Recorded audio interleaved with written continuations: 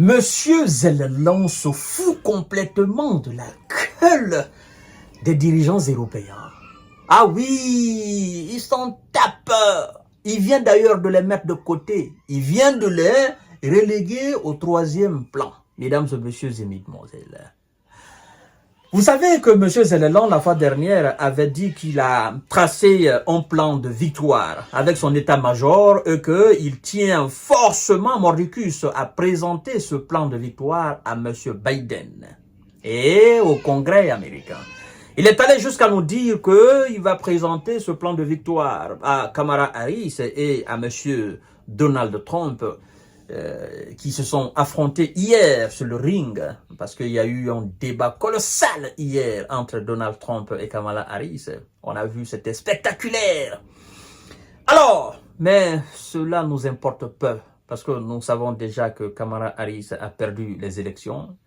Les Américains en ont marre des différentes guerres et savent que voter pour Kamala Harris, ce serait la continuité de la guerre dans le monde, notamment en Ukraine, mais aussi en Israël. Ils savent aussi que voter Donald Trump, ce serait en quelque sorte la fin de la guerre dans le monde entier, notamment en Ukraine, mais aussi en Israël. Et donc, Kamala Harris, qui affirme toujours que en cas de victoire, elle continuera à soutenir M. Zelensky, l'Ukraine, mais aussi l'Israël dans sa guerre contre la Palestine. Je crois que elle a perdu les élections. D'accord? Elle a perdu. Les Américains en ont marre de voir des sangs couler sur cette terre et que le nom des États-Unis soit collé à cela. Bref, ça c'était une parenthèse. M. Zelensky, après avoir présenté donc son plan de victoire à ses maîtres, nous informe aujourd'hui que vous devez savoir aussi que le secrétaire d'État américain Anthony Blinken et son homologue britannique David Lammy se trouvent aujourd'hui à Kiev. D'accord? C'était des déclarations très fortes du genre nous vous réaffirmons encore notre soutien, le soutien des États-Unis et de la Grande-Bretagne. Nous allons continuer à vous fournir des armes. Monsieur Zelensky fait une déclaration. Il se fout de la gueule des Européens. La victoire de l'Ukraine sur la Russie dépend des États-Unis. Il n'a même pas mentionné les Européens. La victoire des États-Unis dépend des États-Unis. La victoire de l'Ukraine dépend des États-Unis. En fait, monsieur Zelensky sait que si les États-Unis venaient à se retirer, l'Europe ne pourra pas financer la guerre. Ce sont des économies fatiguées, des économies à plat. Les peuples râlent dans les différents pays d'Europe. Donc, ils ne pourront pas continuer à le faire. Mesdames et messieurs et mesdemoiselles, la répétition est pédagogique. Tâchez de partager la vidéo dans tous les groupes possibles avant de poursuivre le visionnage de l'émission. Et je vous invite également à poursuivre la vidéo jusqu'à la fin. Surtout, partagez et likez la vidéo.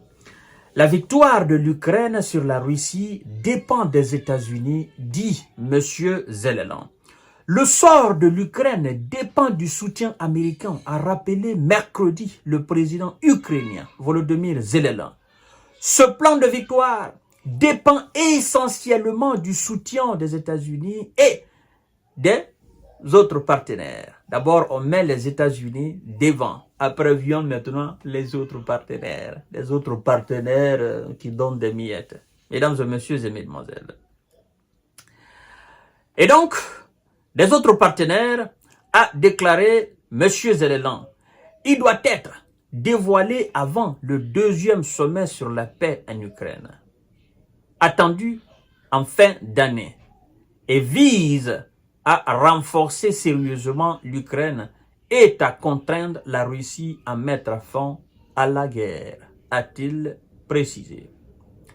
Alors, mesdames et messieurs et mesdemoiselles, ça doit vous faire rire, la victoire de l'Ukraine sur la Russie, ça doit vous faire rire.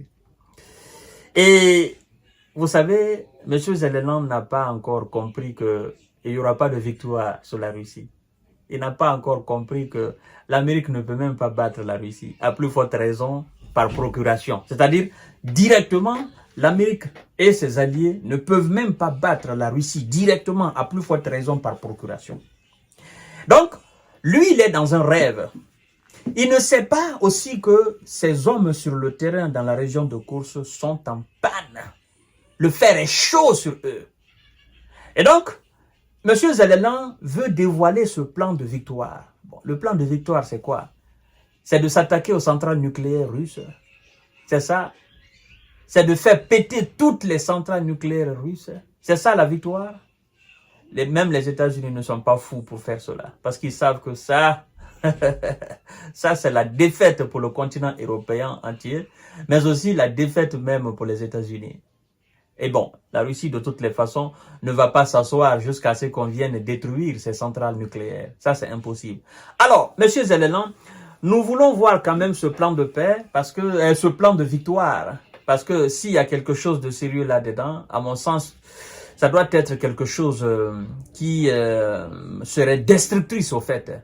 Hein? Il faut détruire, nous allons détruire en Russie. Et puis, nous allons forcer M. Vladimir Poutine à mettre fin à la guerre. Zelensky nous a dit qu'il n'y aura pas de négociation. Il a dit qu'il n'y a pas de plan de négociation avec Vladimir Poutine. Et maintenant, ils nous disent sommet sur la paix en Ukraine. Moi, ça me fait rire. Parce que la Russie ne va pas participer à ce sommet-là. Ils veulent forcer la Russie à participer. Mais la Russie ne va pas participer à ce sommet, n'est-ce pas, en fin d'année. Et si la Russie ne participe pas, ça veut dire quoi? Ça veut dire que ce sommet est nul et non avenu. Mesdames et messieurs et mesdemoiselles, on parle à ces gens, ils ne comprennent pas depuis plus maintenant de 3 ans. Passez à la négociation, passez à la négociation, passez à la négociation, ils ne comprennent pas. Et nous voilà aujourd'hui, ils sont en train de se lamenter, ils sont en train de pleurer dans tous les sens. Je vous donne rendez-vous tout à l'heure pour notre série d'informations de décortiquage. Partagez la vidéo dans tous les groupes possibles. C'est chaud sur Zelensky. Biden ne pourra pas. Il est fatigué, il ne pourra pas. Et Trump, laisse tomber.